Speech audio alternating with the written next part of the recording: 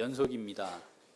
내가 스스로 의사결정을 할 수 없는 갓난 아이 때부터도 사실은 내 인생에 대한 누군가가 선택과 결정이 있었기 때문에 사실 인생의 걸음을 걸어온 겁니다.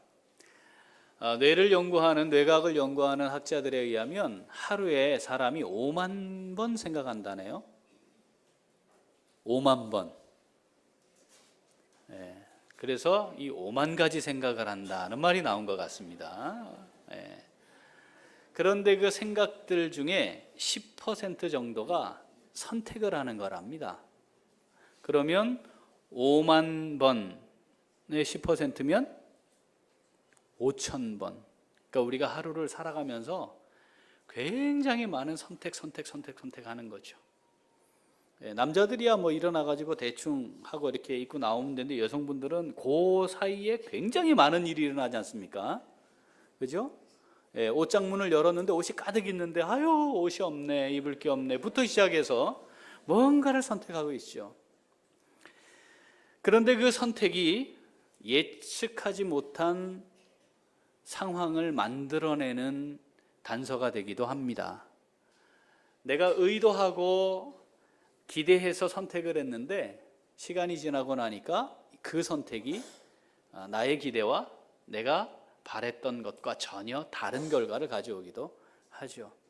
그 선택과 선택이 지속적으로 반복되면서 우리의 인생의 걸음이 진행이 됐고 2017년도 아마 그렇게 해서 오늘에 이르게 되었을 겁니다.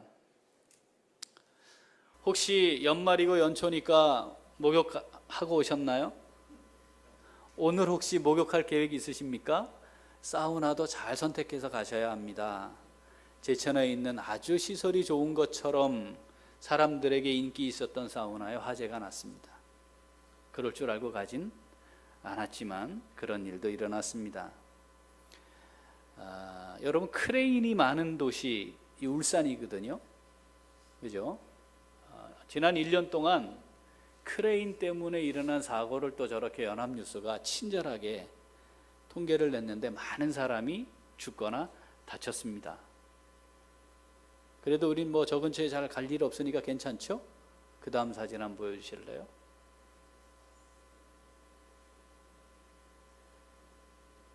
혹시 이 뉴스 보셨나요?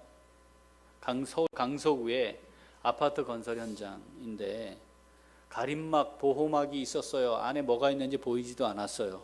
그리고 저 안에 저 크레인이 있으리라고 생각도 못했죠. 버스 정류장에 있는 버스 위를 저 크레인이 넘어지면서 꺾여서 덮쳤습니다. 1명이 사망하고 15명이 다쳤습니다. 저 버스를 타는 사람이 그 시간에 오는 버스를 선택했죠. 올라가서 빈자리 중에 그 자리를 선택한 겁니다. 그런데 그 선택의 결과로 크레인이 넘어오는 일이 일어났고 그런데 그것을 전혀 예측할 수 없었어요. 이런 일들이 우리의 일상에 계속해서 반복되고 있는 거죠. 감기 걸리신 분 계시죠? 혹시 감기 걸려서 처방을 받아서 약을 드시는데 그 약이 가지고 있는 부작용 읽어보고 드십니까? 읽어보셨나요? 자, 영상 하나 보겠습니다. 누구나 먹는 콧물 감기약을 먹고 한 어린이의 피부가 녹아내렸습니다. 희귀 난치병에 걸렸습니다. 이런 일을 당한 아이 부모로서 더 절망적이었던 것은 어디에도 책임을 묻기 어려웠다는 건데요. 어떤 사연인지 이동경 기자가 취재했습니다. 아이의 얼굴살이 벗겨져 벌건 속살이 드러났습니다. 가볍게 잡기만 해도 피부가 밀리고 찢기다 보니 팔과 다리 할 것 없이 온몸에는 붕대를 감았습니다. 지난 9일 4살 아이의 몸에 갑자기 이런 증상이 나타났습니다. 콧물 감기가 떨어지지 않아 동네 소아과에서 약을 처방받았는데 사흘이 지나자 아이의 몸이 붓고 여기저기 물집이 잡히기 시작했습니다. 저기 아이가 비명을 지르더라고요.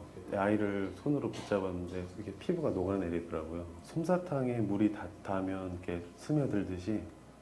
진단받은 병명은 스티븐 존슨 증후군. 감기약에 들어있는 항생제 부작용으로 생긴 독성 물질이 면역 체계를 교란시켜 피부가 괴사하는 희귀난치성 질환입니다. 하지만 약품 설명에 깨알같이 적힌 100가지 넘는 이상 반응 가운데 스티븐 존슨 증후군에 대한 언급은 단 2번뿐입니다. 제약사는 부작용의 가능성이 높지만 책임 문제는 별개라는 입장입니다. 인과는 충분히 있습니다. 사용 설명서에 나와 있다는 것은 명확한 거거든요. 하지만은 보상 문제에 있어서는 의약품 안전원에서 판단을 하셔서 처방한 소아과 의사나 조제한 약사 누구 하나 약의 부작용에 대해 설명하지 않았습니다. 황당했던 부분은 어느 누구도 어떤 기관도 책임지려고 하는 부분이 없었어요. 병원에 연락을 했을 때는 그냥 차가운 대답뿐이었고, 관련법은 의료인에게 설명 의무를 규정하고 있지만 막상 이를 어겨도 법적인 책임은 무겁지 않습니다. 일단 의사는 약물에 대해서 설명할 의무는 있지만 그걸 하지 않으면 처벌을 하는 그런 규정은 없습니다. 네. 약사는 복약지도 의무 규정이 되어 있고요. 그것을 위반을 했을 때 100만 원 이하의 과태료를 부과하도록. 매일 많게는 100만 원 넘게 드는 치료비는 또 다른 고통입니다. 감염 우려 때문에 1인 병실을 써야 하지만 건강보험에서는 지원이 안 되고 정부의 재난적 의료비 지원 사업도 이 같은 희귀병은 적용 대상이 아닙니다. 약의 본래 부작용은 완전히 피할 수 없는 만큼 제약회사들도 부작용 환자들을 지원하는 기금은 만들어놨습니다. 현재 기금은 110억 원 넘게 쌓인 상태. 그러나 지원 대상은 건강보험에서 지원하는 질병에 한해 자기 분담금을 내주는 정도입니다. 정부도 의료기관도 제약회사도 제대로 책임지지 않고 있는 부작용 피해자들에 대한 조사와 지원책 마련이 필요한 이유입니다. MBC 뉴스 이동규입니다. 여러분 약 받으러 약국에 가면요 약사가 설명하잖아요. 그죠? 그거 별로 안 듣고 싶어 합니다. 아이 빨리 그냥 받아가지고 올려 하죠. 저 부작용들이 다 기록이 되어 있어요. 우리가 지금 먹고 있는 약들은 거의 대부분 부작용들이 있는 겁니다. 그런데 우리 무시하는 거죠. 왜냐하면 내게 그 일이 일어나지 않았으니까, 내 아이에게 이 일이 일어나지 않았으니까. 그런데 누군가에게는 그 일이 일어나고 있고 현실인 겁니다. 또 다른 측면에서는 다른 사람에게 일어나지 않은 선택의 결과가 똑같은 선택을 했는데 내게만 그 결과가 일어나기도 합니다. 이제는 약을 안 먹어야 되겠습니다. 그죠? 약을 먹어야지 뭐 어떡하겠습니까 또. 신중하게, 이제는 참 신중하게 판단하고 결정해야 되겠구나라는 생각을 하게 됩니다. 대한민국에서 인생을 살아가는데 가장 큰 일 중에 하나, 그건 진학이죠. 입시입니다. 여러분 정말 힘들고 어려운 학창시절을 지내면서 가장 똑똑하고 탁월한 아이들이 가는 대학이 서울대학 아닙니까? 그런데 그 아이들이 1년 신입생 시절을 지내고 설문조사를 하면 평균 40%는 학과 선택을 잘못했다고 반응을 합니다. 인생을 살아가는데 또 사람이 사는 데에서 가장 중요한 선택, 가장 큰 일 뭐죠? 배우자를 결정하는 겁니다. 정성진 간사님, 탁월한 선택이었습니까? 잘했어요. 우리가 어렸을 때 이런 광고가 히트를 친 적이 있습니다. 순간의 선택이 10년을 좌우한다. 우리의 선택 하나가 그 선택으로 끝나는 것이 아니라 연이은 선택이 되게 하고 그 선택과 그 선택으로 인한 결정의 결과들을 우리가 수시로 접하고 살아가고 있는 게 현실입니다. 그러면서 어떤 생각을 하게 되냐면 내가 가장 탁월한 선택을 할 수 있도록 누군가의 도움을 받으면 좋겠다는 생각을 합니다. 자, 이런 심리를 잘 이용해 성업 중인 한 직종이 있어요. 점쟁이죠. 네. 지금은 용한 점쟁이들이 어디까지 와 있어요? 쇼핑몰에까지 와 있습니다. 그래서 뭐 이렇게 한쪽에 쫙 돼가지고 뭐 이렇게 사주 카페? 뭐 이런 것도 있고, 거기 들어갑니다. 카드 몇 장 딱 뒤집어서 얘기하는데 내가 기대하는 대로 답이 나오길 기대하고 들어가는 거죠. 예수 믿는 사람들은 어떨까요? 가보셨습니까? 정성진 간사님 가봤어요? 안 가봤어요? 보긴 했어요? 그럼 예수 믿는 사람이 이거 하면 돼요, 안 돼요? 왜 더듬고 그래 갑자기 잘하다가. 예수 믿는 사람이 이거 가보면 돼요, 안 돼요? 그렇지. 그런데 어느 신학생이 있었는데 자매와 사귀다가 이제 결혼하고 싶었어요. 그런데 자매 집은 예수를 안 믿어요. 그래서 강력하게 반대를 하고 결국은 벽에 부딪혔어요. 그런데 그 장모가 되실 분이 아주 독실한 불교 신자인데, 불교 신자는 아무거나 막 하니까 딸이 하도 이 마음을 못 잡으니까 용한 점쟁이를 찾아갔습니다. 그래서 사주 그리고 궁합을 봤는데 이렇게 좋은 궁합이 없다 해가지고 용한 점쟁이를 찾아간 장모님 덕분에 이 신학생은 결혼을 했습니다. 하나님 은혜인가요? 용한 점쟁이의 은혜인가요? 누구지? 궁금하시면 이따가 나갈 때 인사하실 때 물어보시면 돼요. 우리 교회 안에 있는 분입니다.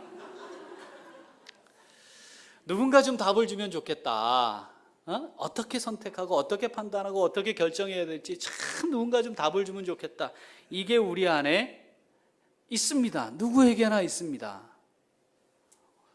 오늘 우리가 읽은 성경에 그 답이 있어요. 자, 잠언 3장 6절 읽어보죠. 너는 범사의 길을 인정하라. 그리하면 내 길을 지도하시리라. 너의 길을 지도해 주마. 여기 지도한다는 말 속에는 보여준다는 뜻이 있고 인도한다는 뜻이 있고 안내한다는 뜻이 있습니다. 그러니까 너의 길을 지도해 주마. 이 말은 네가 어디로 가야 할지 내가 보여주마. 어떻게 그 길을 가야 할지 안내해 주마. 그 길을 가는 동안 내가 너와 함께 해서 내가 보여준 그 길로, 네가 가야 할 그 길로 끝까지 갈 수 있도록 해 주마. 이 말씀이 내 길을 지도해 주마라고 하는 말의 의미입니다. 에이, 진짜 그런가? 그렇습니다. 가야 할 길이 어떤 길인지 아는 게 중요하고 그 길을 끝까지 갈 수 있는 게 중요하죠. 그렇지 않습니까? 사실 이게 뭔지 잘 모르겠는 거 아니겠어요?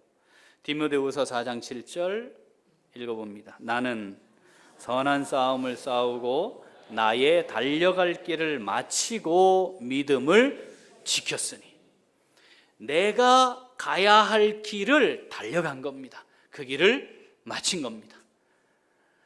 하나님의 지도하심을 받고 살아가는 하나님의 사람의 고백은 이런 겁니다. 내가 가야 할 길을 달려와 마쳤다.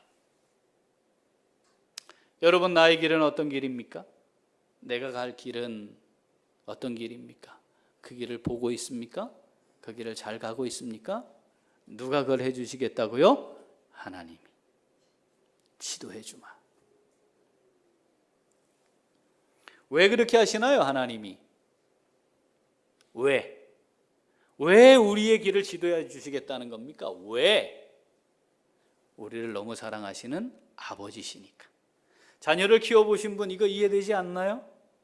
아이의 미래를 놓고 태어나기 전부터, 태어난 순간부터, 학교를 다닐 때부터 그 이후의 삶의 길을 잘 살펴보면서 이 아이가 이런 길을 따라 이렇게 가면 좋겠다. 부모의 마음 아닙니까? 그리고 아이는 미쳐보지 못하지만 그 앞을 먼저 볼 수 있는, 먼저 살아온 사람으로서 또 이 아이를 너무나 사랑하기에 지도하는 거죠. 그 마음 있는 거 아닙니까? 자, 그런데 아이들이 말을 잘 듣든가요? 말을 잘 안 듣죠? 말을 잘 듣는 아이를 두신 분은 굉장히 행복하신 분입니다. 그런데 그게 계속되기 어려울 겁니다. 어느 순간부터. 그래서 어떻게? 이렇게 가면 틀림없이 여기에 도달할 거니까 이걸 확신하는 부모는 뭘 이렇게 미끼를 던져서라도 꼬시기라도 하지 않습니까? 이번에 이거 하면 핸드폰 바꿔줄게, 스마트폰 바꿔줄게, 너 해외여행 보내줄게, 뭐 많은 거 네가 원하는 거 해줄게. 이런 것들을 하는 이유는 뭐예요? 그 길을 가면 되니까. 자, 그런데 부모인 우리는 우리의 판단대로 했는데 실패를 경험합니다. 그런데 하나님은 실패하지 않으시는 분이거든요. 그 하나님이 우리를 향해 예비된 은혜와 복을 누리기를 원하시는 겁니다. 그거 다 예비해 놓고 있는 거거든요. 그렇게 가면, 그러니까 하나님이 그것을 우리에게 말씀하시는 겁니다. 지도해 주기를 원하시는 겁니다. 사랑하고 있기 때문에. 디모데후서 4장 8절 읽어보죠.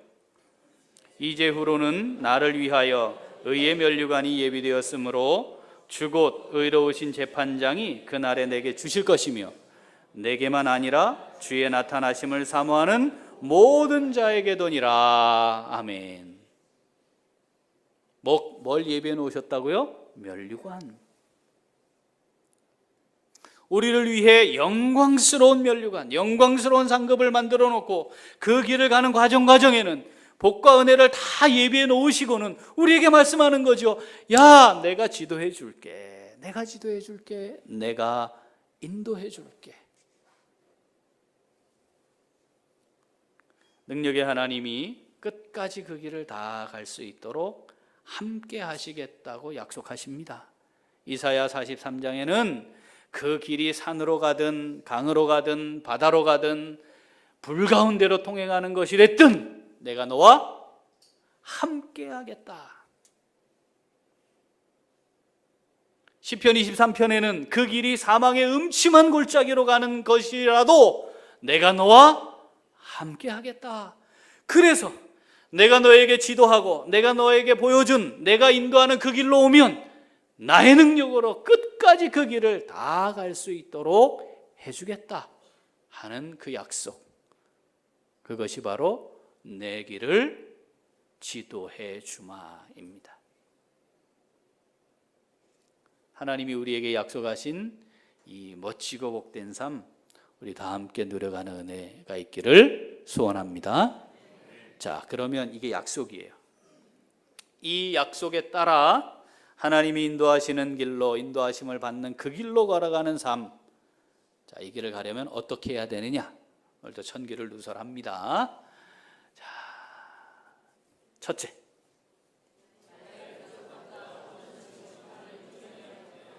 다시 한번 첫째,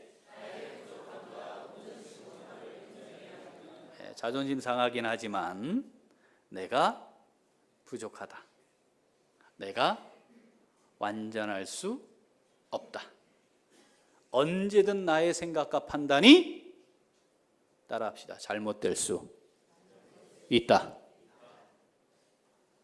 이걸 인정해야 합니다. 우리의 명철, 분별력, 뭔가 판단하고 결정할 수 있는 이 명철이 내게 있다는 사실을 부정하는 게 참 어렵습니다. 왜냐하면 나름대로 인생을 살아오면서 지식도 있고 지혜도 얻었고 경험도 많고 나름대로 전문적인 무엇인가를 지니고 살아가게 되어 있기 때문에 내가 명철하다는 사실을 내려놓는다는 게 쉽지 않습니다. 그런데 하나님은 뭐라고 우리에게 말씀하십니까? 너의 명철을 의지하지 말아라. 나의 생각을 바꾸고 싶은 마음이 없습니다. 그건 그렇고 그건 하나님 말씀이고 나는 그냥 지금까지 나 큰 문제 없이 잘 살았어요. 하나님 왜 이러십니까? 저 다른 사람이 저를 보면 성공했다는 이야기 합니다. 저 그거 자주 듣고 삽니다. 큰 문제 없이 잘 살아왔습니다. 여전히 앞으로도 그렇게 살아갈 겁니다. 이렇게 생각할 수 있어요. 하나님 말씀하시는 거죠. 그거를 먼저 내려놓아야 한다.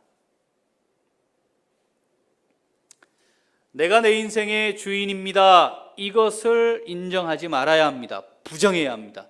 내 인생의 주인은 절대로 내가 될 수 없습니다. 시작부터 내 의지가 없는데 끝나는 것도 내 의지가 아닌데 어떻게 그게 내게 될 수 있습니까? 내려놓아야 합니다. 지금까지 큰 대가 없이 잘 결정하고 준비해서 살았다 하더라도 바로 오늘 오판할 수 있습니다. 오늘의 선택이 결정적으로 내 삶을 바꾸어 놓을 수도 있는 겁니다. 그것이 언제나 일어날 수 있다는 사실을 인정하라는 겁니다. 대표적인 예를 우리는 성경에서 찾아볼 수 있습니다.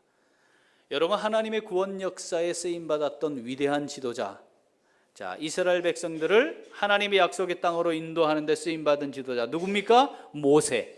그 모세에 의해 애굽을 출발해서 탈출해 나온 사람들 중에 20세 성인으로서 나온 사람들, 20세 이상 된 사람 다 죽습니다. 가나안에 못 들어갑니다. 그때 누구 남습니까? 두 사람, 여호수아와 갈렙입니다. 그 중에 모세의 뒤를 이어 마지막 하나님의 구원 역사를 성취해낸 위대한 지도자가 여호수아입니다. 그는 하나님과 직접 교통하는 사람이었고 하나님의 그 위대한 역사를 완수해낸 사람입니다. 자, 그런데 여호수아 9장 11절부터 기브온 민족, 거기에 있던 기브온 민족들이 야, 이거 우리 다 죽었구나. 그래서 여호수아가 이끄는 이스라엘 백성들에게 나오죠. 하나님의 명령이 뭐였습니까? 하나님의 명령이 다 죽이라였잖아요. 그래서 이 사람들이 멀리에서 온 사람인 것처럼 위장합니다. 읽어보죠. 그러므로 우리 장로들과 우리나라의 모든 주민이 우리에게 말하여 이르되 너희는 여행할 양식을 손에 가지고 가서 그들을 만나서 그들에게 이르기를 우리는 당신들의 종들이니 이제 우리와 조약을 맺읍시다 하라 하였나이다.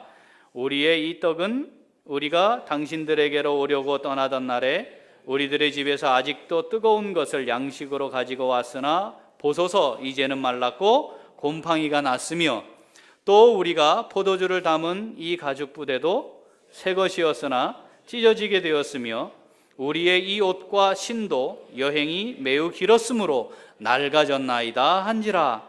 무리가 그들의 양식을 취하고는 어떻게 할지를 여호와께 묻지 아니하고 여호수아가 곧 그들과 화친하여 그들을 살리리라는 조약을 맺고 회중 족장들이 그들에게 맹세하였더라. 그들과 조약을 맺은 후 사흘이 지나서야 그들이 이웃에서 자기들 중에 거주하는 자들이라 함을 들으니라. 아멘. 그 여호수아도 잘못된 선택을 했습니다. 속았습니다. 결국 그 기브온 족속들이 하나님의 언약 백성 가운데 거하면서 끊임없이 반복되는 이스라엘 민족의 범죄의 뿌리가 되고 말았습니다.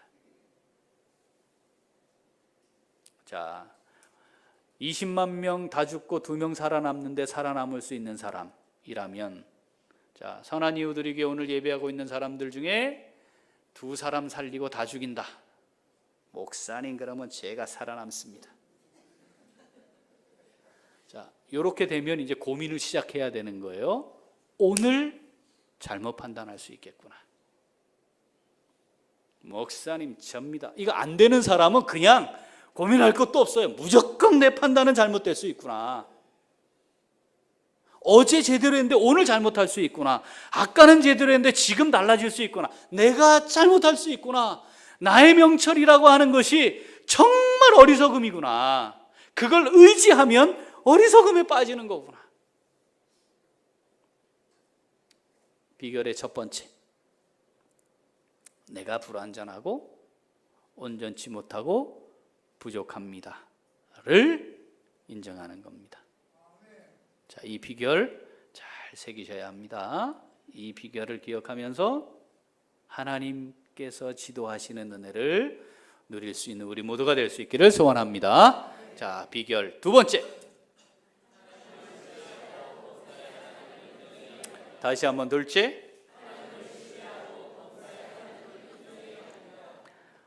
자, 오늘 본문 다시 한번 읽습니다. 잠언 3장 5절 6절. 너는 마음을 다하여 여호와를 신뢰하고 내 명철을 의지하지 말라. 너는 범사의 글을 인정하라. 그리하면 내 길을 지도하시리라. 아멘. 하나님을 신뢰해야 합니다. 여러분, 사실은 우리가 반복되는 실패를 경험하면서도요, 하나님을 신뢰하지 않아요. 뭘 신뢰해요? 나의 생각과 판단을 신뢰합니다. 할 수 있는 능력이 별로 없어요. 그런데 내 능력을 신뢰합니다. 내 살아온 인생을 돌아보면 후회, 아이고 그때 요렇게 했으면 더 나았을 것을 하는 것을 수도 없이 경험하면서도 여전히 지금 나를 신뢰하려고 합니다. 누구를 신뢰해야 한다고요? 하나님을 신뢰해야 합니다. 그리고 모든 일에, 모든 상황에, 모든 순간에 하나님이 여기에 계신다는 사실, 하나님이 이 일을 주관하신다는 사실, 앞에 일을 결정하신다는 사실을 인정해야 합니다. 그걸 인정해야 합니다. 그러면 우리의 길을 지도하시겠다는 겁니다. 욥기 23장 10절 한번 읽어볼까요? 그러나 내가 가는 길을 그가 아시나니 그가 나를 단련하신 후에는 내가 순금같이 되어 나오리라. 아멘. 내가 가는 길을 누가 아세요? 하나님이 아시는 겁니다. 그런데 중요한 건 그 길은 내가 가고 있는데, 내가 가고 있는 일을 내가 몰라요. 내가 아는 게 아니에요. 그런데 왜 나를 신뢰합니까? 왜 사람을 신뢰합니까? 왜 용한 점쟁이를 신뢰합니까? 모르는데. 내가 가는 길을 누가 아신다고요? 하나님이 아시는 겁니다. 그러니까 하나님을 신뢰해야 합니다. 내가 가는 길을 하나님이 알고 계시기에 지금 이 순간 이 자리에 계시는 하나님을 인정해야 합니다. 창세기 28장 15절 읽죠? 내가 너와 함께 있어 내가 어디로 가든지 너를 지키며 너를 이끌어 이 땅으로 돌아오게 할지라. 내가 내게 허락한 것을 다 이루기까지 너를 떠나지 아니하리라. 아멘. 어디로 가든지 너를 지킬 것이고 너를 이끌 것이다. 내가 너에게 허락한 그 일을 다 이룰 때까지 내가 너하고 함께 할 것이다. 여러분, 이 하나님을 신뢰하십시오.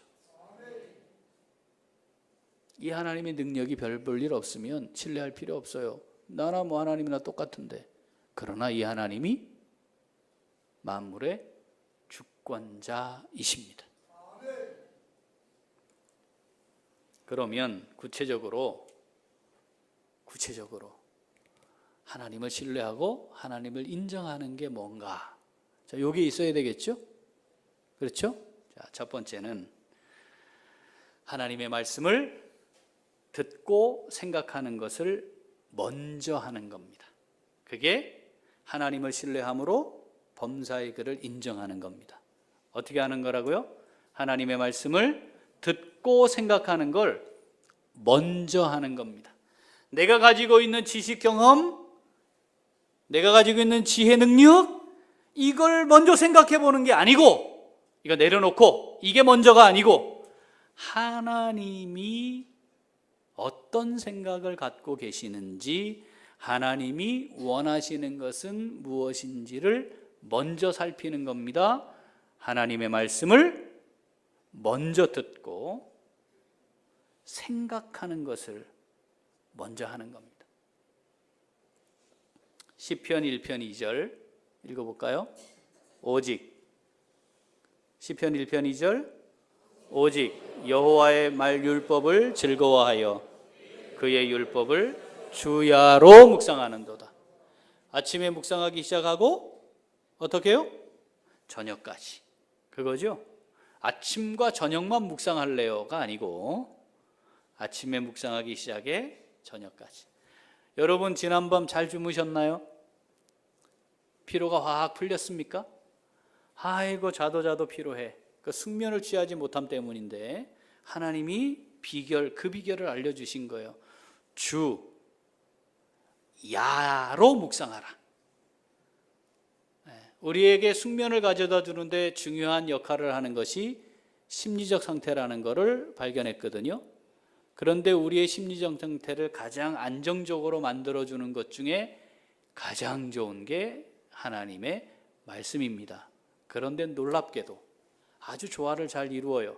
하나님의 말씀을 보려고 성경을 읽는 순간 바로 졸리거든요. 이게 얼마나 완벽한 조화입니까? 야로 묵상하라. 잠들기 3분 전 무슨 생각을 했는지가 심리 상태에 아주 큰 영향을 미친다는 게 뇌과학자들이 발견해낸 겁니다. 잠들기 15초 전에 무슨 생각을 했는지가 굉장히 중요하다는 걸 확인했습니다. 그러니까 야로 묵상하는 겁니다. 우리가 당하는 어떤 상황, 사건들 앞에서 묵상하고 있는 하나님의 말씀으로 먼저 생각하는 겁니다. 그게 하나님을 신뢰함으로 범사에 인정하는 겁니다.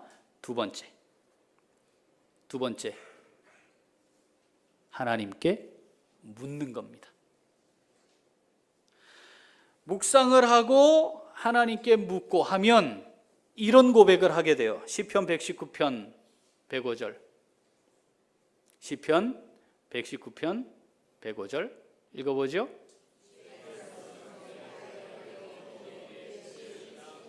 한 번 더 시작. 내 발의 등이 되고 내가 가야 할 길에 빛을 비추어 준대요. 뭐가? 하나님의 말씀이. 해보자고요, 좀 한번. 예? 이게 헛소리면 할 필요 없는데 하나님 말씀이지 않습니까? 용한 점쟁이 찾아가지 말고, 예? 그거 하지 말고 내가 가지고 있는 별것 아닌 지식과 경험 그것만 의지하지 말고,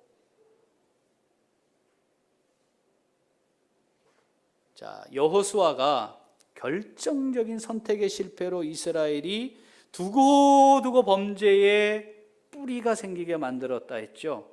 자, 여호수아 9장 14절. 아까 읽었던 성경인데 그 절입니다. 여기 읽어보죠.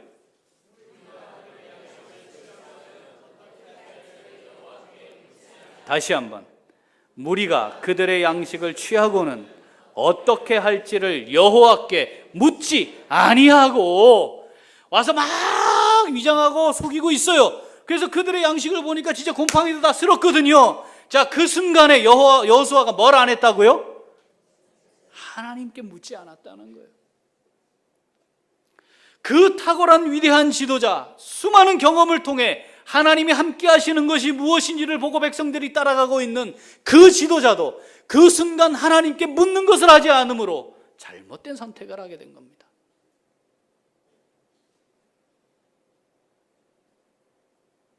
하나님께 물어야 합니다. 뭐 하기 전에?